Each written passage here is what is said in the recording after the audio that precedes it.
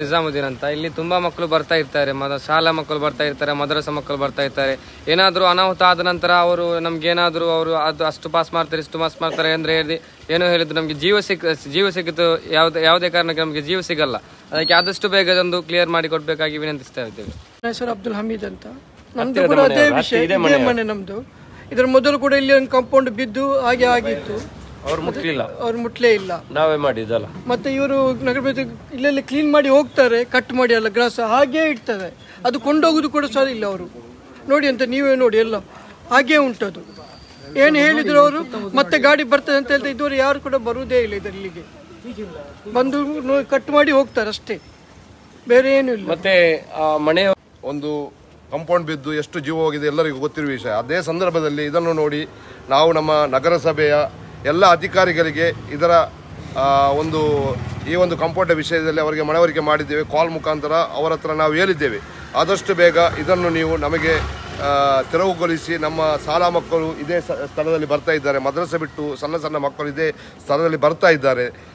ಅಪಘಾತ ಆಗುವ ಮೊದಲು ಇದನ್ನು ಎಚ್ಚೆತ್ತು ಆದಷ್ಟು ಬೇಗ ನೀವು ಮಾಡಿಕೊಡೋದು ಒಳ್ಳೆಯದು. ಇದು ಇವತ್ತ ನಾಳೆ ಬೀಳುವ ಒಂದು ಪರಿಸ್ಥಿತಿಯಲ್ಲಿದೆ. ನಾವು ಈಗ ಇದೇ ರೀತಿ ಪತ್ರಿಕಾಗೋಷ್ಠಿ ನಡೆಸುವ ಸಮಯದಲ್ಲಿ ಈ ಪತ್ರಿಕಾಗೋಷ್ಠಿ ನಡೆಸಿ ಅವರು ಇದನ್ನು ವೈರಲ್ ಮಾಡುವ ಸಂದರ್ಭವೂ ಬೀಳುವ ಒಂದು ಪರಿಸ್ಥಿತಿಗೆ ಮುಟ್ಟಿದೆ. ಆದಷ್ಟು ಬೇಗ ಇದನ್ನು ನಮಗೆ ಸರಿ ಮಾಡಿಕೊಡಬೇಕು. ನಾವು ನಗರಸಭೆಗೆ ಅದೇ ರೀತಿ ನಮ್ಮ ಇಂಜಿನಿಯರಿಗೆ ಅವರಿಗೆಲ್ಲರಿಗೂ ನಾವು ಮನವರಿಕೆ ಮಾಡಿದ್ದೇವೆ. ಅವರು ನಮಗೆ ಹೇಳಿದ್ದಾರೆ ಇದನ್ನು ನಾವು ಸರಿ ಮಾಡಿ ಕೊಡ್ತೇವೆ ಅಂತ ಹೇಳಿ. ಈಗ ನಾಗರಿಕ ನಮ್ಮ ಯುಟಿ ಕಾಂಪೌಂಡ್ ಮುಖಚೇರಿ ಯುಟಿ ಕಾಂಪೌಂಡ್ ನಾಗರಿಕ ಸಮಿತಿಯ ವತಿಯಿಂದ ನಾವೊಂದು ಲೆಟರ್ ರೆಡಿ ಮಾಡಿದ್ದೇವೆ.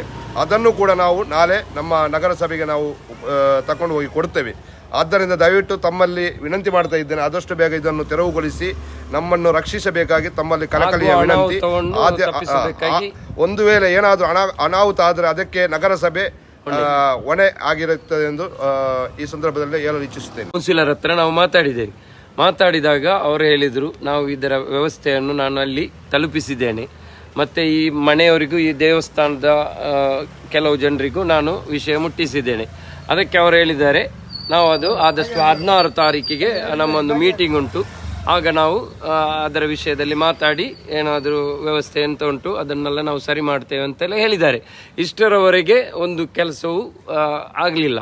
ಮತ್ತೆ ಇದು ಇಲ್ಲಿ ಮದ್ರಸಕ್ಕೆ ಹೋಗುವ ಮಕ್ಕಳಿದ್ದಾರೆ, ಶಾಲೆಗೆ ಹೋಗುವ ಮಕ್ಕಳಿದ್ದಾರೆ, ಸಣ್ಣ ಸಣ್ಣ ಮಕ್ಕಳು ಎಲ್ಲ ಸಣ್ಣ ಸಣ್ಣ ಮಕ್ಕಳೇ ಇರುವುದು.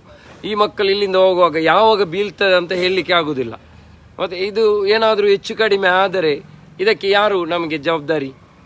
ಉಳ್ಳಾಲ ನಗರಸಭೆಗೂ ಕೂಡ ಮನವಿ ಕೊಟ್ಟಿದೆ. ಇಂಜಿನಿಯರ್ ಹತ್ರ ನಾನು ಖುದ್ದಾಗಿ ಡೈರೆಕ್ಟ್ ಮಾತಾಡಿದ್ದೇನೆ. ಅವರು ಕೂಡ ಬರ್ತೇನೆ ಅಂತೇಳಿ ಇಷ್ಟರವರೆಗೆ ಅವರು ಬರಲಿಲ್ಲ, ಬಂದು ಹೋಗಿದ್ದೇನೆ ಅಂತ ಹೇಳ್ತಾ ಇದ್ದಾರೆ. ಆದರೆ ಅವರು ಬರುವ ಟೈಮಲ್ಲಿ ಇದು ಏನಾದರೂ ಹೆಚ್ಚು ಕಡಿಮೆ ಆದರೆ ಇದಕ್ಕೆ ಹೊಣೆ ಯಾರು? ನಗರಸಭೆ ಉತ್ತರಿಸಬೇಕು. ಇದಕ್ಕೆ ನಾವು ನಗರಸಭೆ ಬ್ಲೇಮ್ ಮಾಡೋದು.